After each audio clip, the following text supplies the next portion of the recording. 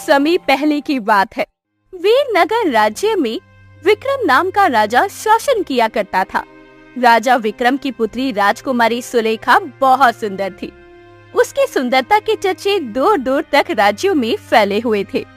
एक दिन राजा विक्रम अपनी पुत्री राजकुमारी सुलेखा से बोला, राजकुमारी सुलेखा, अब आप विवाह के योग्य हो गई हैं। समय आ गया है कि आप अपना जीवन साथी चुनें। यदि आपके मन में पहले से ही कोई राजकुमार बसा हो तो आप बेझिझक होकर मुझको बता सकती हैं। पिताजी, मैं अभी विवाह नहीं करना चाहती। राजकुमारी सुलेखा, जब भी हम आपसे विवाह के बारे में चर्चा करते हैं, आप हर बार कोई ना कोई बहाना बनाकर हमें टाल देती है। ये क्या बात हुई? ऐसा नहीं चलेगा, बहुत हुआ। आज हम जान कर रहेंगे कि आपके मन में वास्तव में चल क्या रहा है।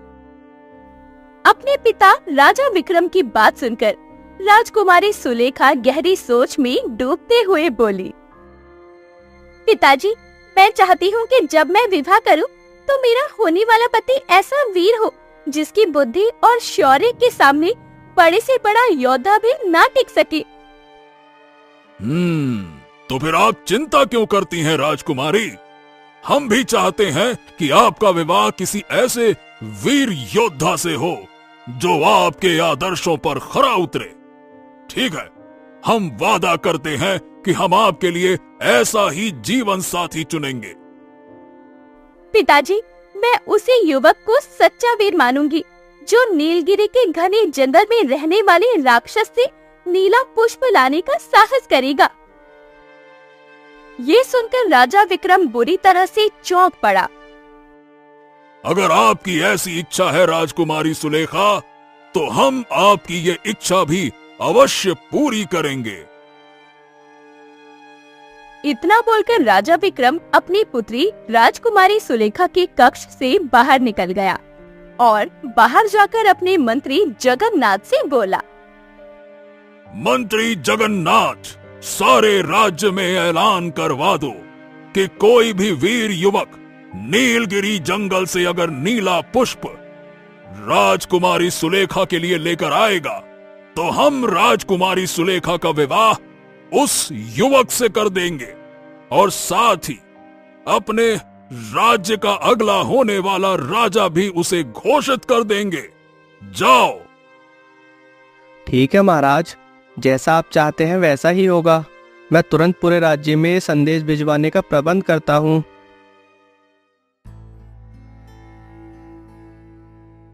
इतना बोलकर मंत्री जगन्नाथ ने सारे राज्य में ऐलान करवा दिया। उसी राज्य में अशोक नाम का एक वीर युवक भी रहता था।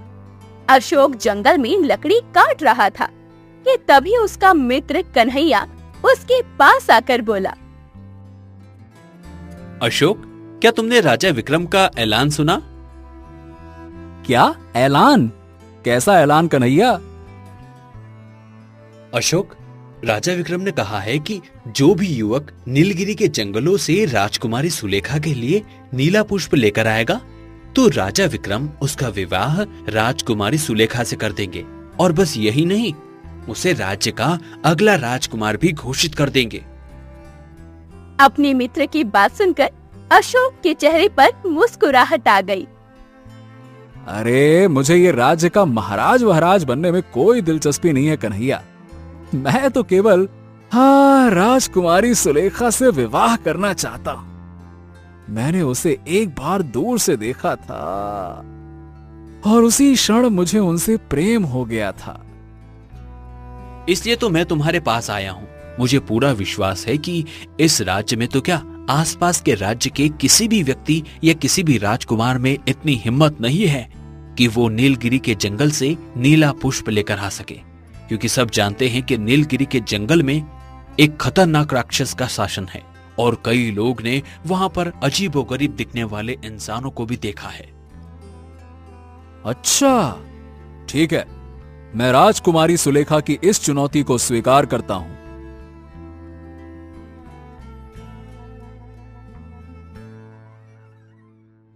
इतना बोलकर अशोक राजमहल चला गया जहां राजा विक्रम अपनी पुत्री राजकुमारी सुलेखा के साथ खड़ा हुआ था। अशोक राजा विक्रम की ओर देखकर बोला, महाराज, मैं राजकुमारी सुलेखा के लिए नीलगिरी जंगल से नीला पुष्प लेकर आऊंगा। क्या बात है, शाबाश, बहुत बढ़िया युवक। अगर तुमने ऐसा कर दिया तो हम उसी दिन राजकुमारी सुलेखा का विवाह तुमसे कर देंगे। राजा विक्रम की बात को सुनकर अशोक महल से बाहर निकल गया और अपने मित्र कन्हैया का घोड़ा लेकर उस घोड़े को नीलगिरी के जंगलों की ओर लेकर निकल पड़ा। अशोक का घोड़ा सुबह से लेकर शाम तक लगातार चलता रहा। अशोक का शरीर थककर चूर हो चुका था। उसने कुछ देर के लिए अपना घोड़ा रोक दिया और उसने देखा कि वो एक घने जंगल में था। हाँ, लगता है नीलगिरी के जंगल अब करीब ही हैं। तभी अशोक की नजर एक साधु के ऊपर पड़ी। अशोक ने देखा कि साधु उसे ही घूर रहा था।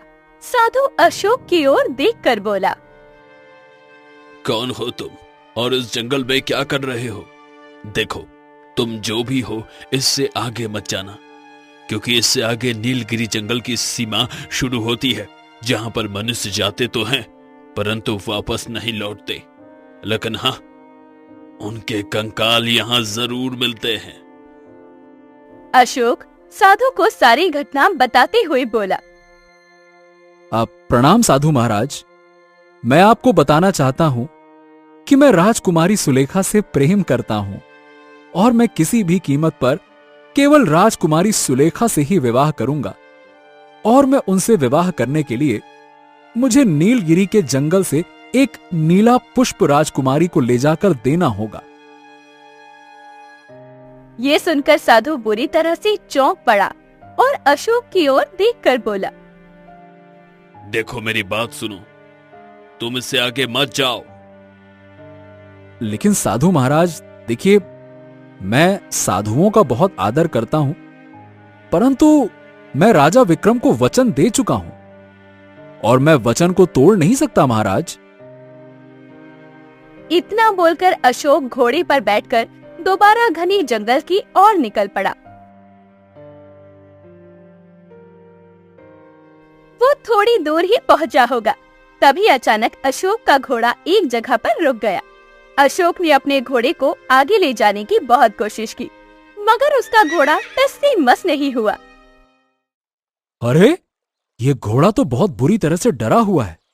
अरे, समझ नहीं आ रहा कि अचानक से इसे ऐसा क्या हो गया।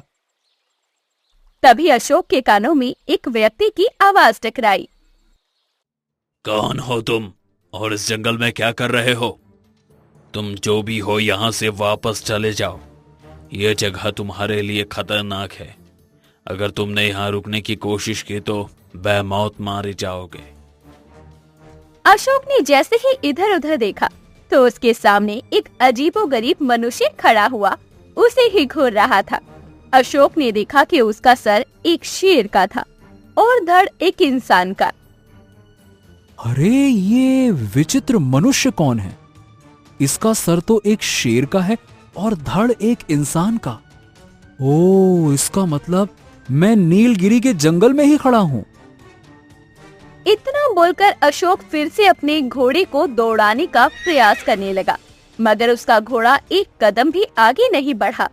तभी वो विचित्र मनुष्य अशोक से बोला, तुम्हारा घोड़ा इससे आगे नहीं बढ़ेगा। जानवर खतरे को पहले ही भांप लेते हैं, और अगर वो डर गया है तो इसका मतलब है कि यहाँ कुछ ऐसा है जो तुम्हारे लिए खतरनाक हो सकता है। तुम्हें अपने घोड़े से सीख लेनी चाहिए। इतना बोलकर विचित्र मनुष्य अशोक की ओर बढ़ने लगा। अचानक अशोक अपने घोड़े से उतर गया और तलवार निकालते हुए उस विचित्र मानव से बोला, देखो, मैं उनमें से नहीं हूं जो तुम्हें देखकर डर जाऊं। मैं अपने लक्ष्य के लिए यहां आया हूं और कोई भी मुझे रोक नहीं सकता। मेरे रास्ते से हट जाओ, नहीं तो मरने के लिए तैयार हो जाओ। अशोक की चेतावनी सुनकर विचित्र मानव गुस्से से बोला, तुम बात को समझ नहीं रहे। और मुझे समझना भी नहीं है। मुझे नीलगिरी के जंगल से वो नीला पुष्प चाहिए। ये सुनकर अचानक से उस विचित्र मानव के चेहरे पर डर झलकने लगा। तुम जानते भी हो तुम क्या कर रहे हो? तुम जिस नीले पुष्प की बात कर रहे हो वो नीला पुष्प यहाँ से कुछ दूर एक गुफा में मिलेगा, लेकिन ध्यान रहे उस नील पुष्प की रक्षा एक राक्षस और उसकी पुत्री करती है। अगर तुम वहां गए तो तुम वैसे भी मारे जाओगे। ये तुमने बहुत अच्छा किया जो मेरा काम आसान कर दिया। अब मुझे पता है कि मुझे किस तरफ जाना है, वरना इस घने जंगल में भटकते भटकते न जाने मुझे कितनी देर लगती। इतना बोलकर अशोक वहां से भाग गया। वो कुछ दूर ही पहुंचा था कि तभी उसकी नजर एक गुफा पर पड़ी। लगता है ये वही गुफा है जिसकी बात उस विचित्र मानव ने की थी।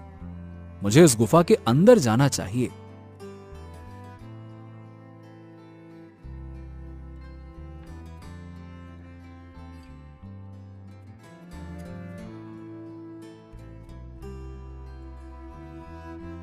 कुछ ही देर में अशोक उस गुफा के अंदर खड़ा था। गुफा के अंदर का दृश्य देखकर अशोक आश्चर्य में पड़ गया। अशोक ने देखा कि उस गुफा के अंदर एक राक्षस बैठा हुआ था और उसके ठीक बगल में एक युवती सो रही थी, जिसका सर भी शेर का था और धड़ स्त्री का। उसके हाथ में एक नीला पुष्प रंग बिरंगी किरणों से चमक रहा था। अशोक बड़ी फुर्ती से उस युवती के पास चला गया और तुरंत उसके हाथ से वो नीला पुष्प छीन लिया।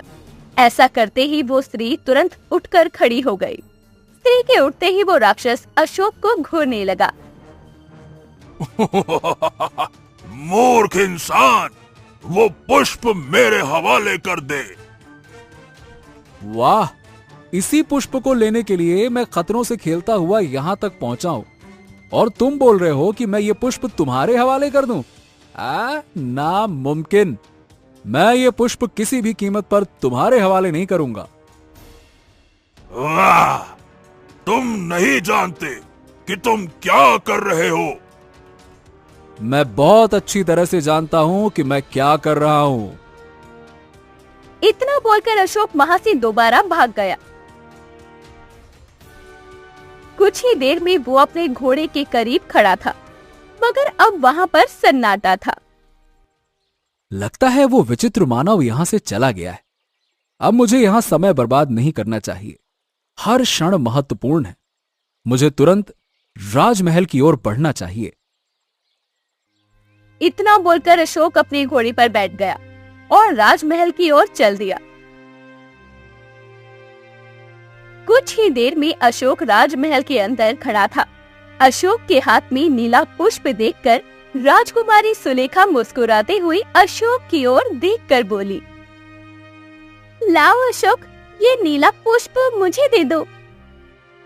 राजकुमारी, ये नीला पुष्प मैं खतरों से खेलते हुए सिर्फ आपके लिए ही लेकर आया हूँ। ये लीजिए। इतना बोलकर अशोक ने वो नीला पुष्प राजकुमारी सुलेखा को दे दिया। पुष्प को पकड़ते ही राजकुमारी सुलेखा के चेहरे पर एक रहस्यमयी मुस्कुराहट आ गई। अचानक वो अपने सैनिकों की ओर देखकर बोली, सैनिकों, गिरफ्तार कर लो इसे और जाकर कारागार में डाल दो।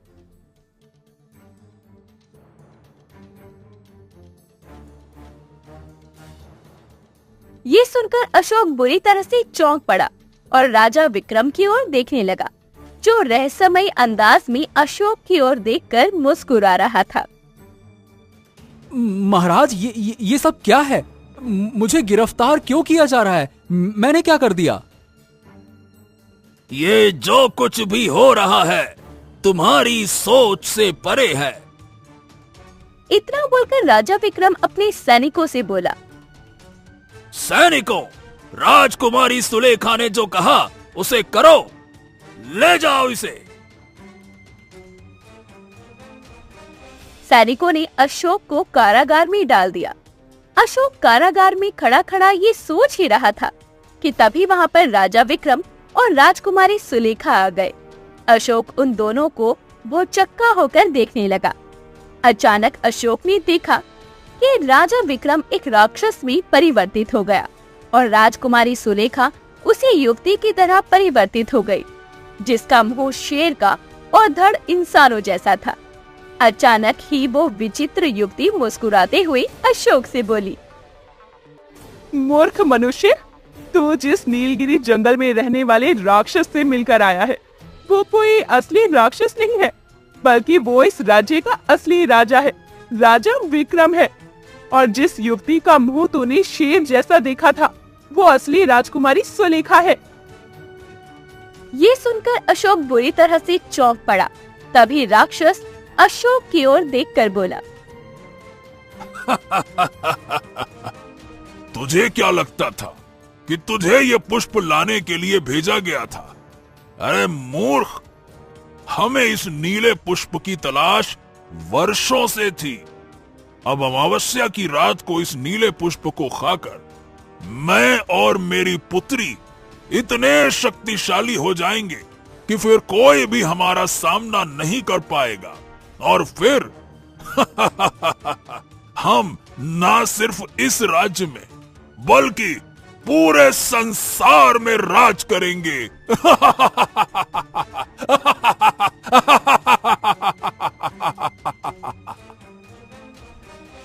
इतना बोलकर वो राक्षस राजा विक्रम में परिवर्तित हो गया और उसकी पुत्री राजकुमारी सुलेखा में परिवर्तित हो गई। वो दोनों तेज कदमों से कारागार से बाहर निकल गए। अशोक उदास होते हुए खुद से बोला, हाँ हाँ हाँ, हे भगवान, हे भगवान, ये मुझसे क्या हो गया? मैंने कितना अनमोल पुष्प लाकर इन राक्षसों के हवाले कर दिया। ये क्या किया मैंने, क्या कर दिया मैंने? कितनी बड़ी गलती हो गई मुझसे। अशोक ने इतना कहा ही था कि तभी रंग बिरंगी किरणों के साथ वही साधु प्रकट हो गया जो अशोक को जंगल में मिला था। साधु को देखकर अशोक बुरी तरह से चौंक पड़ा। आखिरकार वही हुआ जिसका डर था। मैंने तुम्हें रोकने की कोशिश की थी, परंतु इसमें तुम्हारा कोई दोष नहीं है। तुम जानते ही नहीं थे कि महाराज और उनकी पुत्री के रूप में राक्षस रह रहे थे। साधु महाराज, क्या ये बात आप पहले से जानते थे? हाँ, इस रहस्य को केवल मैं ही जानता था। साधु महाराज, आखिर ये क्या रहस्य है? राजा विक्रम और राजकुमारी सुलेखा नीलगिरी के जंगल में कैसे पहुंचे और वो राक्षस और राक्षसनी में कैसे परिवर्तित हो गए, और ये दोनों असली राक्षस और राक्षसनी यहां पर आ कैसे गए? कुछ समय पहले महाराज विक्रम अपनी पुत्री राजकुमारी सुलेखा के साथ जंगल की सैर पर गए थे। जंगल में राजकुमारी ने जिद करी कि वो नीलगिरी के जंगल को देखना चाहती है। महाराज अपनी पुत्री की जिद के आगे झुक गए और ना चाहते हुए भी राजकुमारी सुलेखा को नीलगिरी के जंगल में ले गए।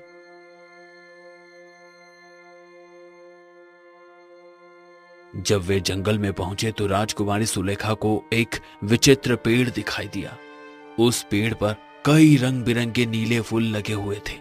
राजकुमारी सुलेखा का मन सोने की तरह शुद्ध था, इसलिए उन्होंने एक नीला पुष्प तोड़ लिया।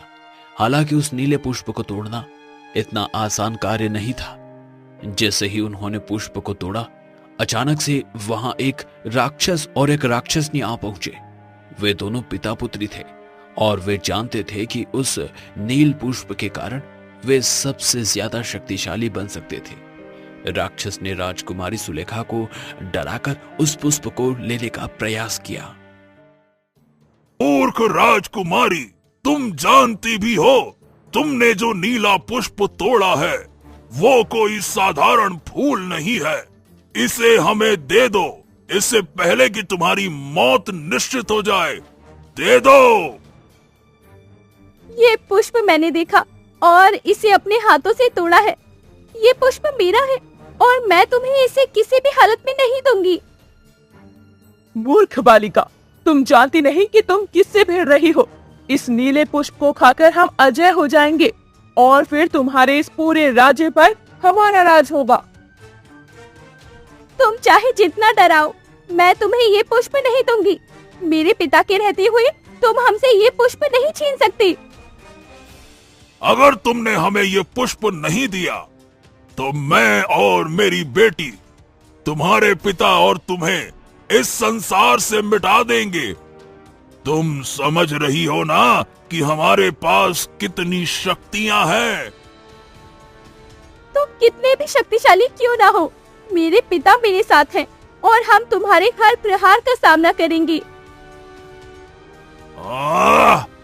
तुम्हारी जिद तुम्हें महंगी पड़ेगी। अब तुम्हारे पास कोई चारा नहीं बचा। फिर राक्षस और उसकी पुत्री ने अपने जादू की शक्ति से महाराज और राजकुमारी को अपने ही रूप में परिवर्तित कर दिया और उन दोनों का रूप लेकर उनके ही महल में रहने लगे।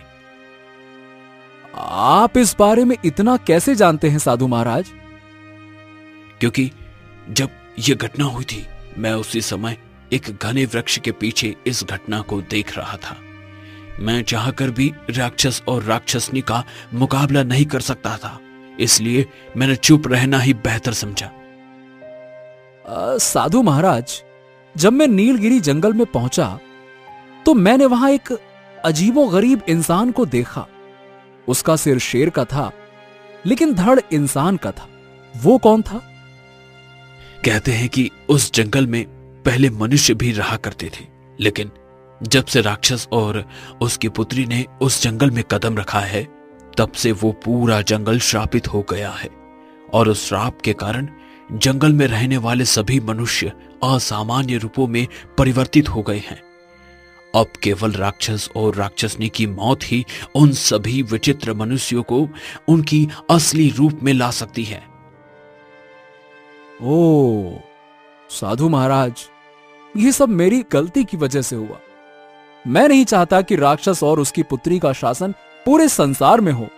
अगर ऐसा हुआ तो वो दोनों तो संसार के सारे मनुष्यों को खा जाएंगे। तुमने बिल्कुल सही कहा अशोक।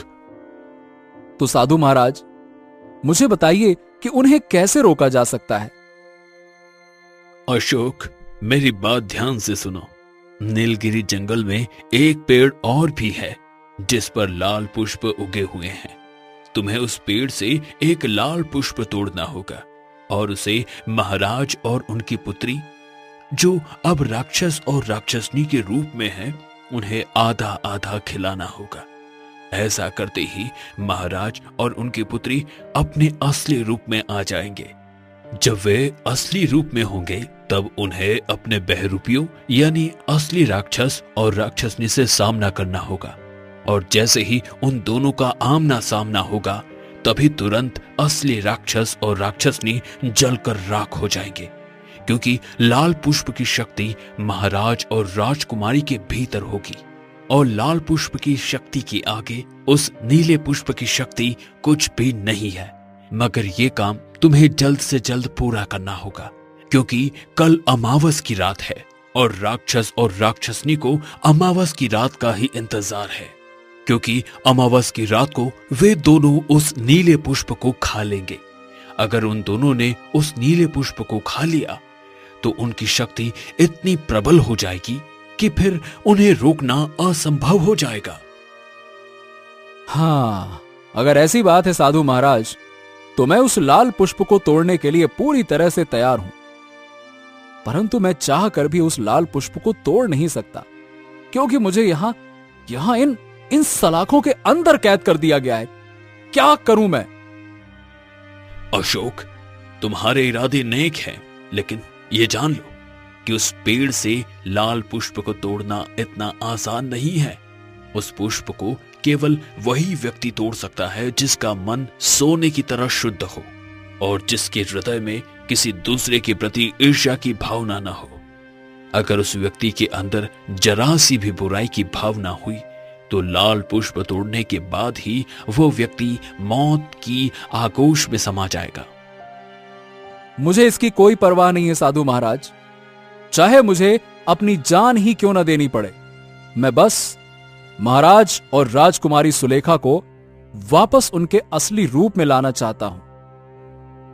तो फिर ठीक है, मैं अपनी शक्तियों का प्रयोग कर तुम्हें सीधे उस पेड़ के पास पहुंचा देता हूं। इतना बोलकर साधु की आंखों से रंग बिरंगी किरणें निकलने लगी और अचानक ही अशोक वहां से गायब हो गया। अगले ही पल उसने खुद को नीलगिरी जंगल के उस पेड़ के पास पाया जिस पर लाल पुष्प लगे हुए थे। जब अशोक ने उस पेड़ से एक लाल पुष्प तोड़ने की कोशिश की तो अचानक ही पेड़ से एक आवाज आई। जो भी मनुष्य मेरे लाल पुष्प तोड़ने की हिम्मत करता है तो उस मनुष्य की कुछ समय बाद ही मृत्यु हो जाती है। अगर तुम सच में मरना चाहते हो तो ये लाल फूल तुम ले जा सकते हो। मुझे अपने जीवन की कोई परवाह नहीं है। अगर मेरे मरने से पहले महाराज और उनकी पुत्री राजकुमारी सुलेखा अपने असली रूप में वापस आ सकते हैं और राक्षस और राक्षसनी जलकर राख हो सकते हैं तो ठीक है, मैं अपनी जान कुर्बान करने के लिए तैयार हूं। इतना बोलकर अशोक ने उस पेड़ से लाल पुष्प तोड़ लिया। तुम्हारा मन वाकई सोने की तरह शुद्ध है मनुष्य, तुम्हें कुछ नहीं होगा। जाओ और जाके सब ठीक कर दो। अशोक तुरंत ही वहां से निकल पड़ा और कुछ ही देर में उस गुफा की ओर आ पहुंचा जहां पर राजा विक्रम और उसकी पुत्री राक्षस और राक्षसनी के रूप में थे। अशोक तुरंत उन दोनों की ओर देखकर बोला, मुझे क्षमा कीजिए महाराज और राजकुमारी, मुझे नहीं पता था कि राक्षस के रूप में यहां पर आप दोनों हैं।